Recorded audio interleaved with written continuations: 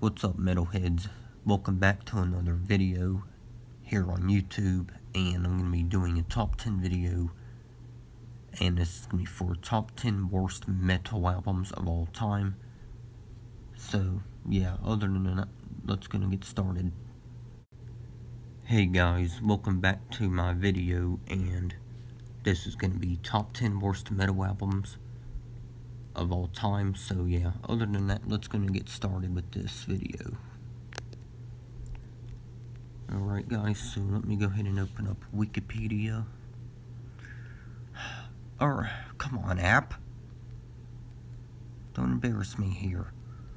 Alright, so number 10, as you guys can see, is going to be Renewal by Creator, which is their 6th studio album now. I don't think this album is deserving of the top 5, so that's why I'm putting it in at number 10 to start off the video, or whatever, or to start off the list, I should say. So yeah, Renewal by Creator now. This album has more of like a industrial or groove metal sound than it would a thrash metal, but I don't think it's the worst of all time or anything. I just think it's one of the worst of all time, so that's why it's in at number 10, because this album isn't very good at all. I mean, it's decent, but it's not that good. It's not their typical thrash metal shit that you would hear earlier on in their career, or even albums after this. This is easily one of Creator's weakest and worst albums. So yeah, I don't mind a few tracks on this album though. Like, I like the opening track, which is called Winter Mortarium. The title track was alright. Karmic Will was really good. And Europe After Rain. But yeah, other than that though, this album isn't very good, guys. So, yeah, I know it's experimental by reading right here, but it's just not that good. It's decent, but those are my favorites from the album. Alright, number 9 is going to be Risk by Megadeth. So, yeah. This is easily one of Megadeth's weakest albums, along with Super Collider. But yeah, this album, it does have some good songs, but I think it's one of their weaker albums, and has been included as one of the worst albums of all time. Now, my favorites from this album would be, I like the song Crush 'Em. Let's go down to the track list, guys. Oh, come on now, this is too much. Alright guys, track listing. Sorry for that. So, yeah, favorites from Risk by Megadeth would be Crush 'Em, which is the 4th song on the album. Another song on there I like is Song 2, which is Prince of Darkness. Prince of Darkness is a really great song. Definitely one of the best songs on the album. So, Prince of Darkness, Crush 'Em. Let's see another song on there. Those are probably my 2 favorites from the album, because I haven't really heard the full thing to judge it, but yeah, it is easily one of the worst of all time though, if you just go in and listen to the whole thing. I've heard 2 or 3 songs, or some of the songs from the album, but not the whole thing. But what I heard from it, it just wasn't very good.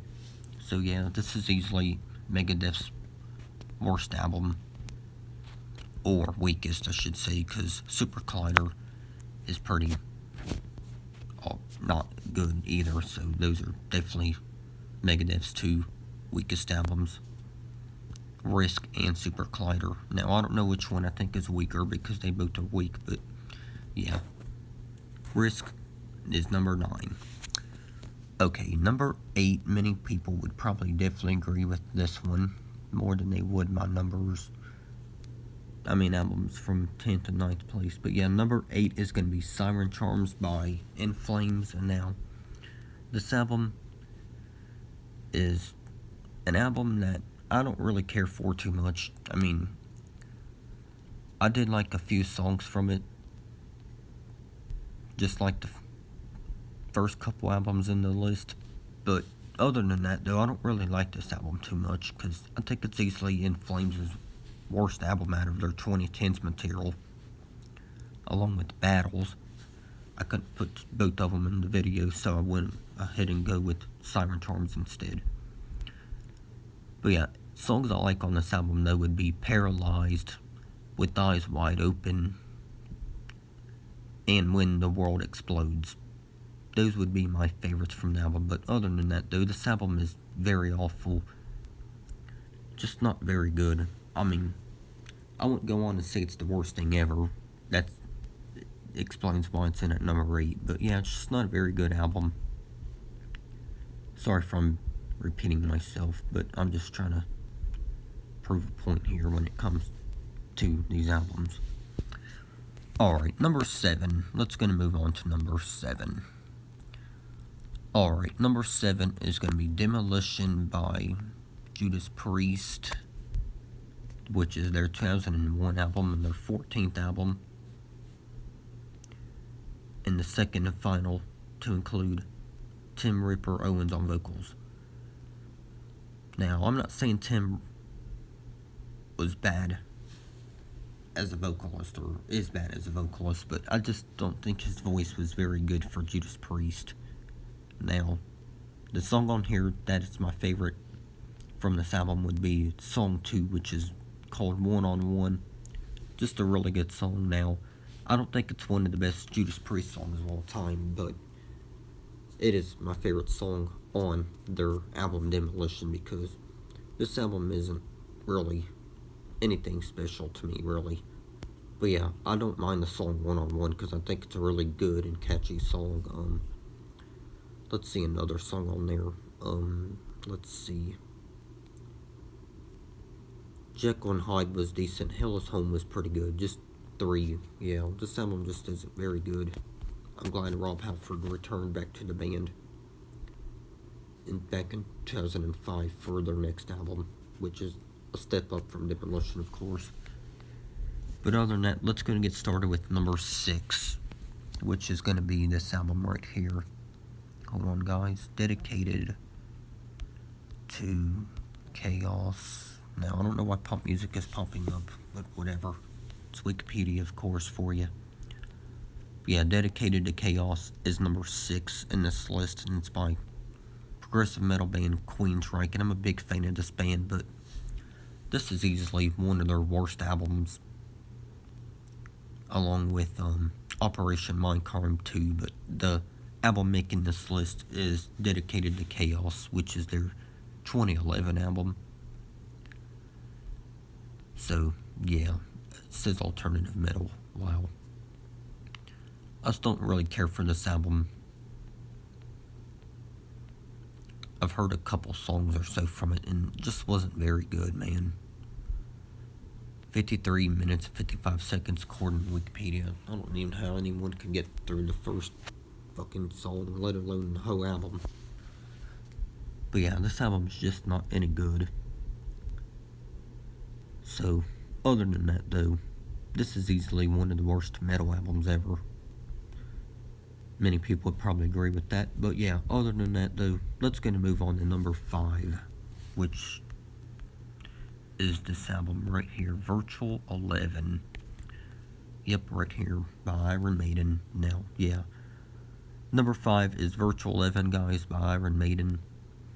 Now, this album, I don't mind the album cover. I think it's really awesome. But the album itself, I just don't really care for it. And yeah, it does include Blaze Bayley on vocals, because Bruce Dickinson was away from the band for 2 albums, including Virtual 11 and the album before it, which was The X Factor. But yeah, Virtual 11 though, man, I'm not saying Bailey is a bad vocalist, but his voice just didn't fit good with Iron Maiden, especially on Virtual 11. Now, I haven't heard The X Factor much. I haven't heard much of The X Factor to judge it, but yeah, Virtual 11 though, I have heard the full album before on a streaming app, and I do have this album on physical copy, even though I think it's their worst album and easily one of the worst metal albums of all time. But yeah, thankfully on their next album after this, they got back into actually making really good albums again, like they would in the 80s, and their 90s material was decent, or pretty good. Alright, let's go to move on to number 4, which would be this album right here. Alright. Many people would probably disagree with me when it comes to this album, but yeah, I just can't really listen to this album much because it's just not that good. I mean, it does have some good songs, but yeah, just knowing this is one of my favorite metal bands, or new metal bands, I just can't really get into this album much. I do have this album, but I have the special edition of the album, which is the art right here. And it comes with the DVD, yeah, but yeah, I just don't really like this album as in full, but I do like some of the tracks on here, though. Because I think this is Korn's weakest album and worst album. But yeah, favorites from this, though, would be Song 2, which is All Adele, Leave Me Alone. Let the Guilt Go, which is track 7. Pop a Pill was alright. But yeah, other than that, though, I don't have much to say about Korn 3 by Korn, because I think it's the worst album and the weakest album. Just not a very good album. Alright, number 3 now. This one might get me a lot of backlash from fans of this band, but remember, this is just my opinion. So, yeah, number 3 is The Act by The Devil Wears Prada. And now, if you guys saw my top 5 disappointing albums of 2019 video, you guys would know this was like my number 1 album in that video. But I'm gonna let it slide in this video, even though it is number 3 in top 10 worst metal albums of all time. So yeah, it's not number 1 in this because the albums that I have left to talk about are even worse. But yeah, this album is still fucking awful. I can't stand this album. I mean, there was like 3 songs on it that I thought were good, but I can't remember all of them. But one of the heavier tracks on the album, though, is the opening track, which was called Switchblade. I can't remember the other 2 heavier tracks on the album, but yeah, this album is easily, again, their weakest and their worst. I shouldn't even have to explain it for those that have already heard it, but for those that haven't heard it, I wouldn't recommend this album to anyone because it's fucking awful. Now, the fans of this band would probably come on here and attack me because this album is on worst metal albums of all time video, or top 10 worst metal albums of all time video, but I don't give a shit. This is just my opinion. But yeah, this album just isn't one of the worst and most disappointing albums of 2019, but one of the worst metal albums of all time. So that explains why it's in at number 3. Alright, now let's go and move on to number 2. Alright, Gravity by Bullet from a Valentine, their 2018 album, which is their 6th album and their latest album. Now, this album is more radio friendly than it is metalcore, and yeah, I just can't really stand this album too much. Now, I don't mind some of the songs on it, but the album in full is definitely one of the worst albums that I ever heard.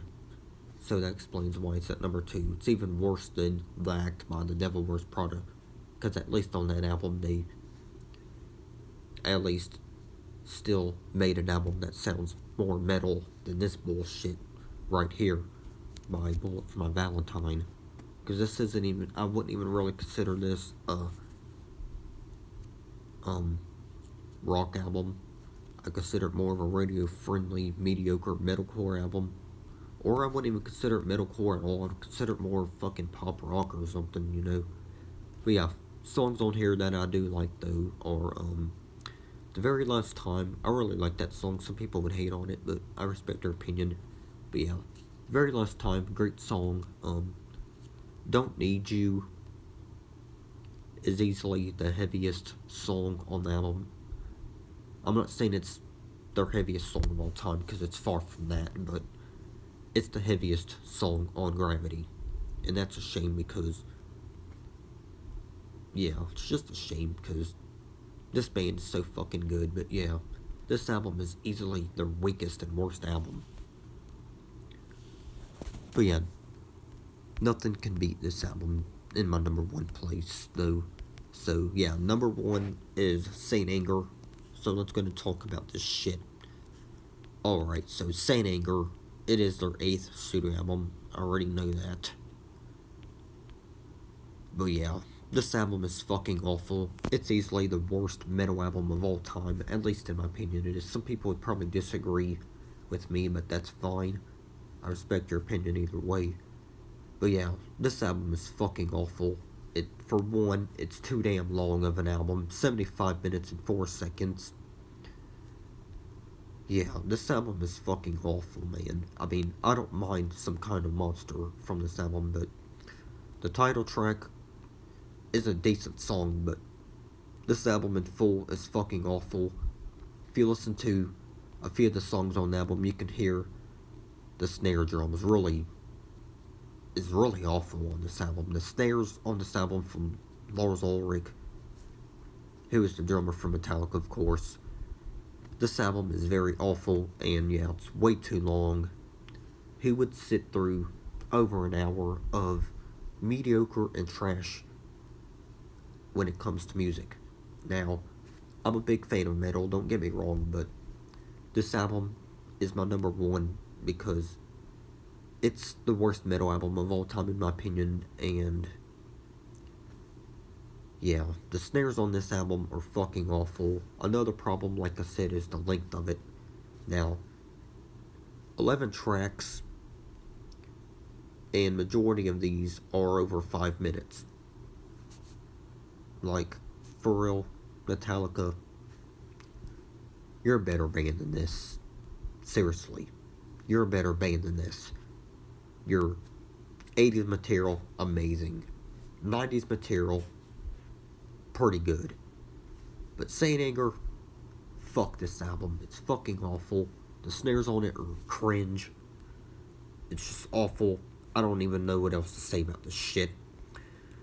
But yeah, that's gonna wrap it up for the Wikipedia app. So, yeah, let me know what y'all think of my list, guys. And tell me your top 10 worst metal albums of all time, because I like to know. But other than that, thanks for watching. Like, comment, share, and subscribe. And yeah, rock on, stay metal, and yeah, peace.